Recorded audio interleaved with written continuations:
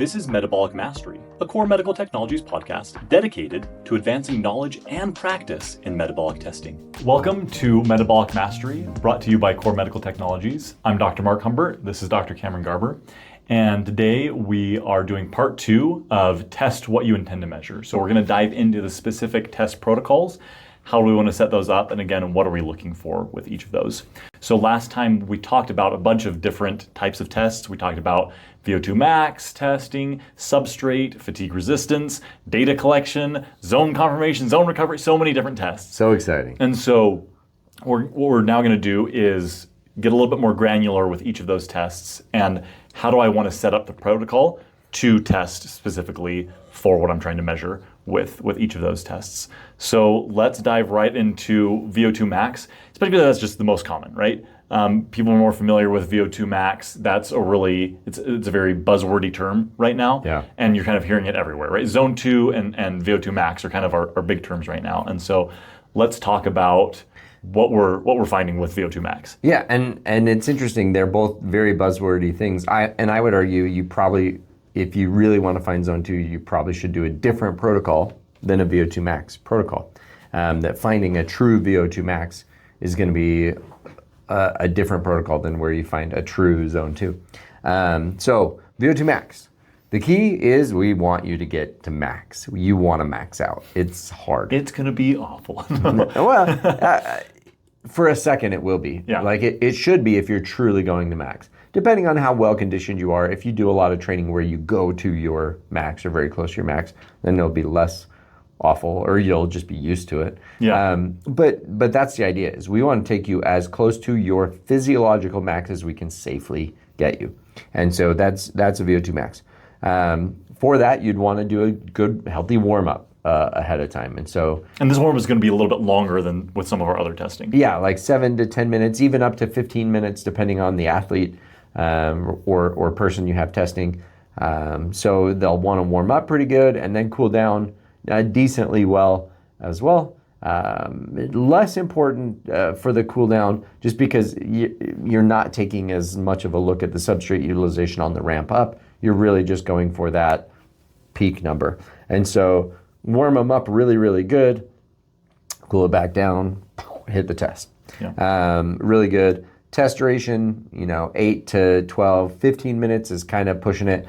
You're often, if you get much beyond 15 minutes, starting to look at legs and fatigability versus lungs and their capacity to exchange oxygen and get rid of carbon dioxide. And so that's in terms of test duration, you're looking for something aggressive enough that you're maxing them out within that amount of time. Yeah, and part of the reason we want to do that more intense warm-up is the jumps between intensity and stages is going to be a little bit faster versus some of the other protocols that we look at. And so we want them to be better prepared for making those larger jumps versus other protocols for testing different things. That ramp is going to be a little bit more gradual. The test as a whole is going to be longer. And so it's easier to we're kind of warming up as a part of that test. Right. 2, again, back to the test length, like Cameron said, we go too long, we go much beyond 15 minutes, then it tests those other things. And if it's shorter than 8 minutes, then sometimes they don't actually get to a VO2 max. It's just too hard for them, and legs give out right away. Right, we won't have much data to collect either when it's that short. Yeah. So especially so there's some people, it's like 4 minutes in, I had to be done, or 6 minutes in. That just doesn't really give us enough time, enough data to really be confident in the results that we're looking at. Right, and I've had tests like that where the protocol that, especially early on when I was testing people, when I was using more of the standardized, a Bruce or a Bruce ramp or things like that when I got very out of shape, obese folks that hadn't exercised in a long time, or people with different disabilities, or people with other comorbidities, injuries or things, it was just too aggressive for them to be able to give a meaningful amount of effort. And so we don't really know if they maxed out or not, because it was just over so quickly before they felt like they had to tap out. Yeah. And so that's where other test protocols, other than just some of the standardized, can be really helpful, because you can tailor that to that client's needs. If they haven't worked out for a while, you'll want it to ramp up a little bit more slowly, even though they'll still end within that 8 to 10 minute or 8 to 12 minute mark. Even though if you tested more of an elite athlete, they're going to last 20 minutes on that protocol because it ramps up too slowly. Yep. But you're going to get better data for that individual if you can bring it down in terms of the rate of intensity increase. Yeah. So I think this is a great place actually to talk about the benefits of having multiple protocols. Mm-hmm. And within each type of testing that we want to do, right? Do we have multiple protocols for VO2 max testing, multiple protocols for substrate testing, so that we can really dial it in for the person and make sure that it's tough enough, but not too tough. And so again, VO2 max, maybe we have just a straight walking protocol. Maybe we have a jogging one, a run, a faster run, or something like that, right? Or whatever the mode of exercise is, right? If it's cycling, or if it's rucking, or if it's rowing, that we just have kind of at least a few categories, right? At least kind of a basic, intermediate, and advanced protocol, so that we can test a wide range of people without either undercooking or overcooking them, basically. Yeah, exactly. And so there are different methods to doing this. We spoke with Daniel Crumbach a few weeks ago. His method of doing this is to calibrate the client. So he has them do kind of a series of tests as part of their warm-up, where he takes them to max and some other things and uses that in a formula to help kind of create the different steps and stages of the protocol. So there's that method. Or and I tend to use this method more, where I just have about 10 or 12 different protocols and then try to fit people into those based on their fitness level, kind of like what Mark was saying. So for running, I have about 5. For walking, hiking, rucking, I have 3 or 4. And then I have, elliptical. So I guess I have more than 12. But anyway, because I have, several for the bike, and then elliptical, I'll have 3, usually 3 for other modes of equipment. Yeah. So anyway, a bunch. Right, but again, it's just, am I designing this so that I test what I intend to measure and that it works for that specific client? And so having those pre-testing questions, or even before they come in for the appointment, right? They book the appointment, and then, what is your preferred mode of exercise? How many days a week do you exercise? What's the level of intensity that you exercise? How many minutes do you perform exercise for, right? And finding some of that baseline data so that you can more easily tailor the protocol to the client. And it's a safety thing too. If you're taking somebody who hasn't exercised since Clinton was in office, it's been a few decades.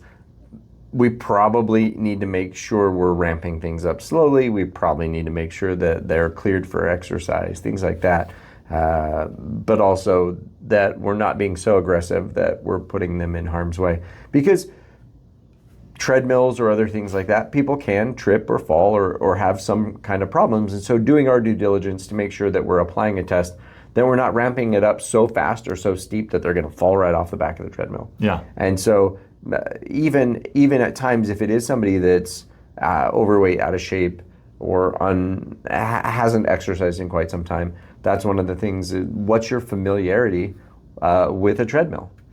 And depending on what you're trying to test, it may be better to do a bike test, a recumbent bike or an elliptical for that person, if that's going to be safer for them, if they haven't spent a lot of time on a treadmill. You'd be surprised by how many people have not spent very much time on a treadmill. Yeah, well, that's such a good point there of like, if we're worried about safety, then we're going to select more for that. And so even though, we talked about in the last episode how we want to go specific to the mode of exercise. If they're going to be walking, we want to do walking. If they're going to be running.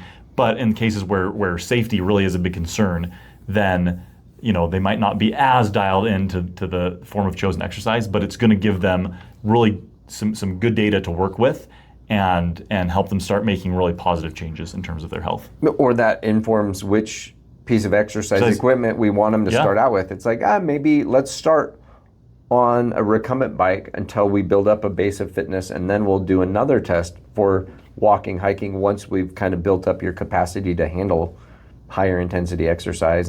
And we can work maybe in other ways at getting you more used to a treadmill or things like that. Yeah, that's a really good point. So yeah, we can always start where they're at and build from there. So that is such a great point, right? That we can start with where people are at and then build from there. Well, and it underscores the idea that this isn't a one and done test. Yeah. Oftentimes people will think of it as like, oh, I'll go get my VO2 max done and then I'm done for a while.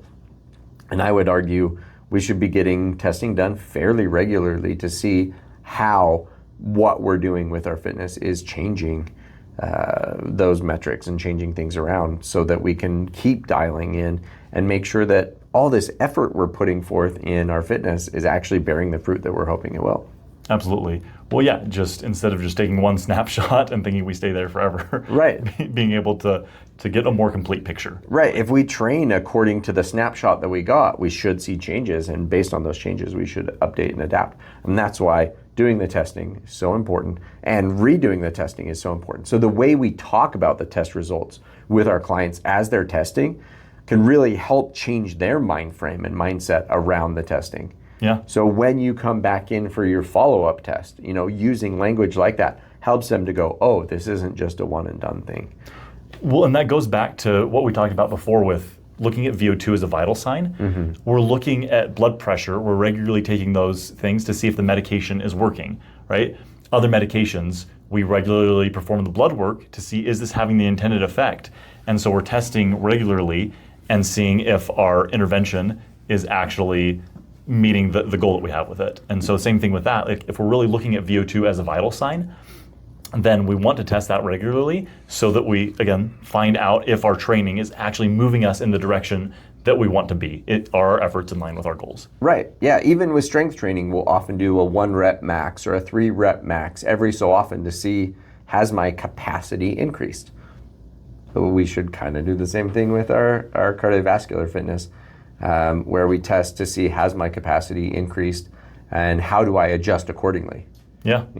That's one of the things we often use in strength training, our 1 rep max and 3 rep max to help set how heavy we should be going and things like that. Same idea here with cardiovascular training, using the VO2 values, VCO2 values, and substrate utilization. All those things are zones to set how we should be training, and then updating that as appropriate as we make progress is really important. Yeah. Okay, let's dive back into the specific protocols. One other thing that I want to mention really quick, though, goes back to safety. A nice thing that you can do before you have them test is have some sort of questionnaire. So one that we regularly use is the PAR-Q. So it's the Physical Activity and Readiness questionnaire. And so that gives us some good screening questions to see, are they an appropriate candidate for doing this type of testing?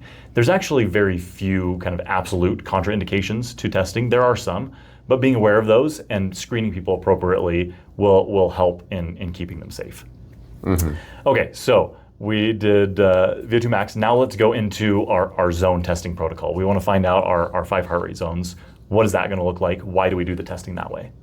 We do that so that we can really get exactly where somebody's zones are, so that we can dial in precisely how we want them to train their body, so that are they accomplishing what they hope to accomplish? Are they burning fat if that's their goal? Are they pushing hard enough in their hard workouts if that's their goal? Making sure that we can dial in their zones precisely is really critical. And so again, we want to test what we intend to measure. If we want them to hit these specific training goals, having accurate zones is really important. So to do that, we've got to kind of make sure we're taking a snapshot of each zone very specifically. And that's why a slower ramp up through those zones is very helpful. And so I prefer to do a very slow ramp up with a very linear heart rate increase. I feel like that gives me the best shot at each heart rate, how do things look for that person. And so I like a really slow ramp up. Typically, we have them do a 5 to 7 minute warm up, and then we also kind of build a warm up into the protocol where it's a slow ramp up through those slower zones there's always that awkward zone of the transition between walking and jogging. It is. That's hard for some people. And so sometimes I'll actually skip ahead. And one of the features I love about the Cardio Coach is if you make changes to the protocol, you can record that so you can see that later. And so I've had it where I selected a protocol that was maybe a little too aggressive in the ramp for someone. And they felt like they were falling off the back of the treadmill and were having to hold on. And it's not ideal if somebody holds on because it lowers their effort level actually quite a bit. And so you'll see that in the results. So what I do in that case is we stop increasing on the ramp, even bring it down a little bit, record that, and then we do it more through speed. And so we really can tailor that to the individual. If the opposite is true, that they can handle going up, but it's a speed thing. So you can adjust that protocol as needed for the individual, which I really love. But you can also just make sure that you're getting a slow, steady increase with designing your protocol according to that person. And you want this just nice, smooth increase so that you can look at each heart rate zone.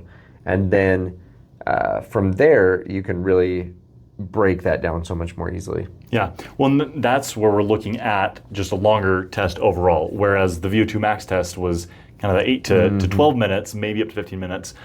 The zone testing is kind of 15 minutes minimum, more like 22, 25 minutes, things like that, a little bit longer.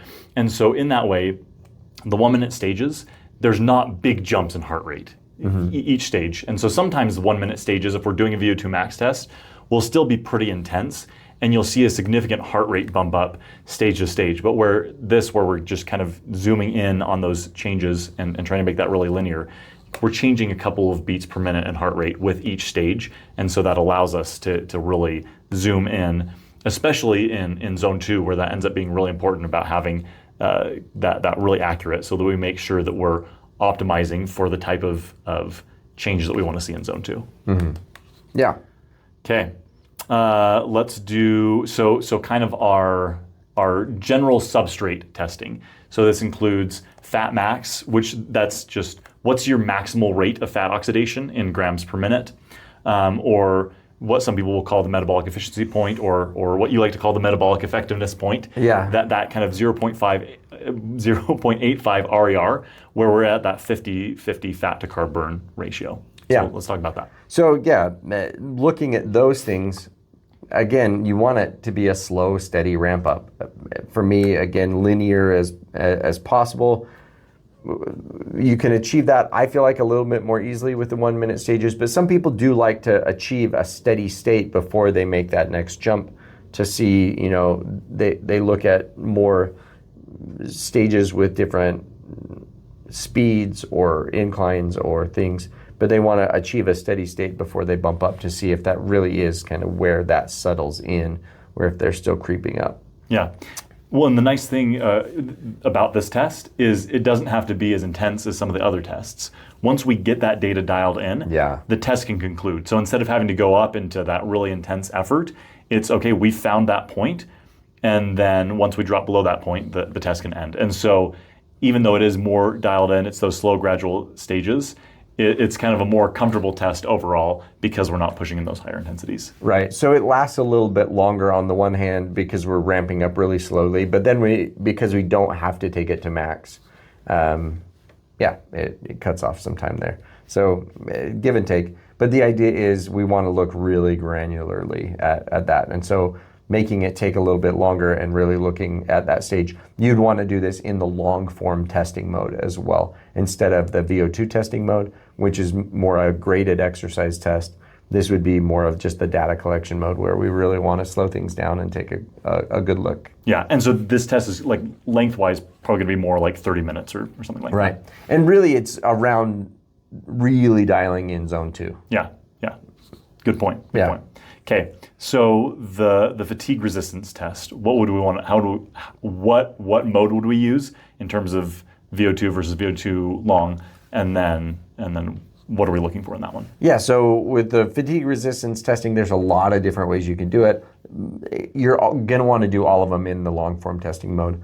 But essentially, it's whatever zone you want to take a closer look at. and how long you can sustain that zone, that's what you do. And so you probably could do a few of them in one test, because a zone 5, I mean, that's just all out max. The more fresh you are, the more you're just looking at that zone. You could say like, well, I want to see what zone 5 looks like at the end of a long effort, and then see what zone 5 looks like in terms of pace and things. And so again, test what you intend to measure. If that's what you want to see at the end of a 100-mile race, what kind of a kick do I still have? So you do kind of a long effort and then a zone 5 kick. You can try something like that. So there's something that would replicate that. But essentially you want to get them in a steady state and have them just cruising with their heart rate in whatever zone or what portion of their zone. If you want it to be at that fat max point versus, right at the end of their zone 2, wherever you want them to be, and have them cruise trying to hold their heart rate there, and then see over time to hold their heart rate there, how much are you having to reduce the speed of the treadmill to keep that there. That's essentially looking at their fatigue resistance. If you can say, I want to look at zone 3 and how long can I stay in zone 3 for race day, or zone 4 for race day, and you'd see how long can I sustain that before having to drop the speed of the treadmill down to stay at that same heart rate before it starts to creep up into zone 5 or whatnot. Yeah. So you can do it a couple of different ways. You can keep things steady and watch as the heart rate increases, or you can try to keep the heart rate steady and adjust the treadmill accordingly to keep it at that same target heart rate. Yeah, but it's a nice way of looking at metabolic flexibility. How is my body good at switching between different forms of fuel? And is it efficient at managing those fuel sources so that I can sustain that effort? Yeah. And so it can be very eye-opening for people. Again, as we alluded to in the last episode, you might have two individuals who have the same heart rate ranges, but the person that can last for longer in that heart rate range is likely going to win the race, right? That they can exercise at a lower percentage of their capacity for a longer period of time. That's exactly what we're looking for, is what is my actual capacity versus my potential. Yeah. Okay, let's go into the zone recovery test real quick. Again, what does that look like, and kind of what's the length of that test, and what's it designed to find out? Yeah, so the zone recovery testing can be really, really long, actually, depending on what you're looking at, or shorter. It's more looking at intervals, or just increasing zones, or increasing through a zone and then recovering back to it, and seeing what's that recovery time. So you can do it with high intensity intervals, or you can do it with just like coming in and out of your zone 2. I like to use it. I talked about that to see with each type of exercise. So walking versus or walking up a steep hill, so hiking versus a hybrid of hiking and running versus sprinting. Like, where does that zone 2 hit? And are they at the same spot, at the same heart rate, or are they at different heart rates depending on my training? That's one way that I like to use it. But then we also have where you could do like high intensity interval training and seeing how long does it take to recover back down to like zone 1 or zone 2 before you hit that next interval, and using that from a physiological standpoint, like how long does it take before I'm burning fat again before I push it all the way to non-fat burning things. So you can look at that recovery time to see, am I getting more efficient at calming back down and also ramping back up. And again, this one's going to be open-ended. So I think an important point to hit is, whereas with the VO2 Max, the zone testing, and the substrate, we're going to have a protocol that is divided into those like 1 minute or 3 minute stages and going according to that. These other ones, so the zone recovery test, the fatigue resistance, just data collection where we're doing whatever workout we want to see what happens. Those are going to be open-ended. So we're not going to necessarily follow a specific protocol that's pre-designed. We're going to be changing things while we're testing those. Right. And so, any protocol that we use will be like kind of adapted and custom designed to what that athlete is looking to test. Yeah. So a little bit different, and just because those tests are more open-ended, It's going to be a little bit different because we need more time and we need more freedom to see what's happening. Yeah. And really, we're kind of mimicking more what is happening during your actual workouts. Right. And you can play with the environment a little bit more there. Different foods, different fueling, different temperatures, things like that.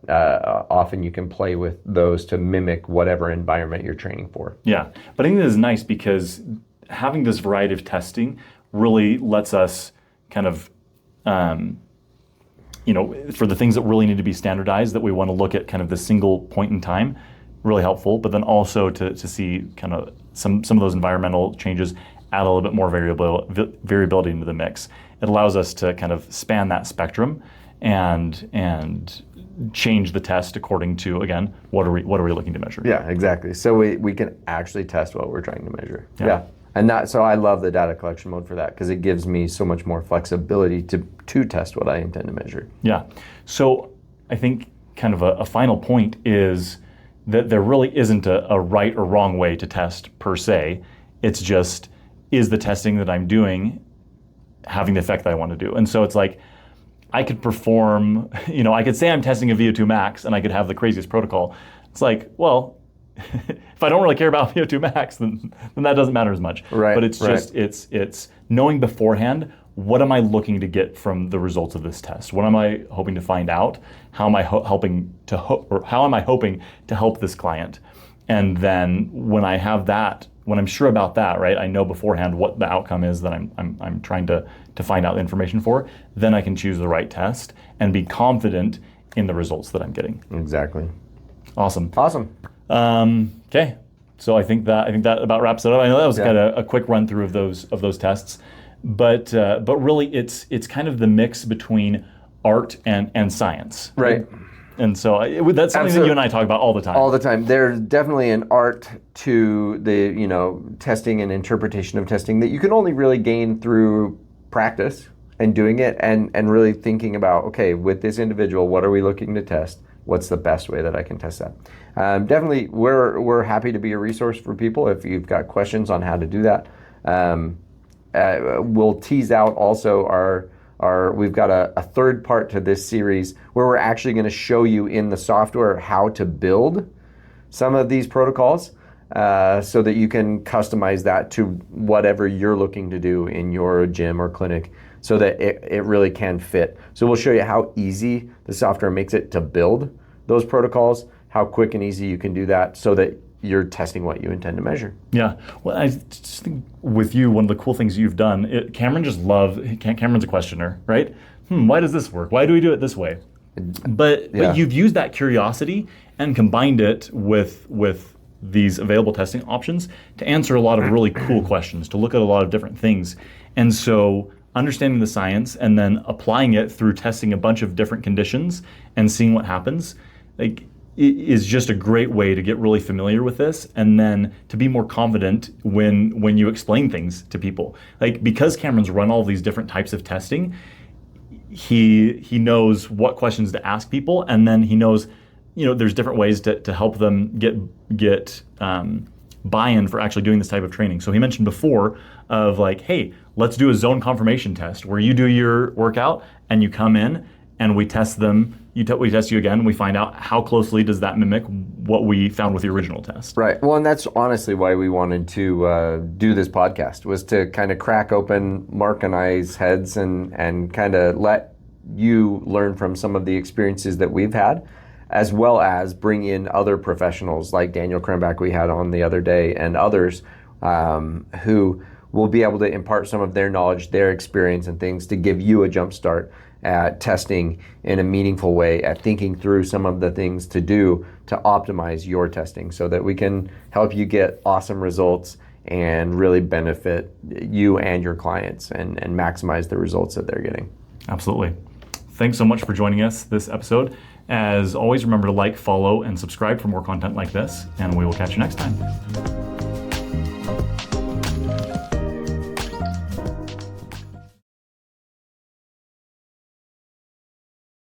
This podcast is a production of Core Medical Technologies. Ready to take your metabolic testing to the next level? Visit core.com to learn more about purchasing our metabolic test equipment.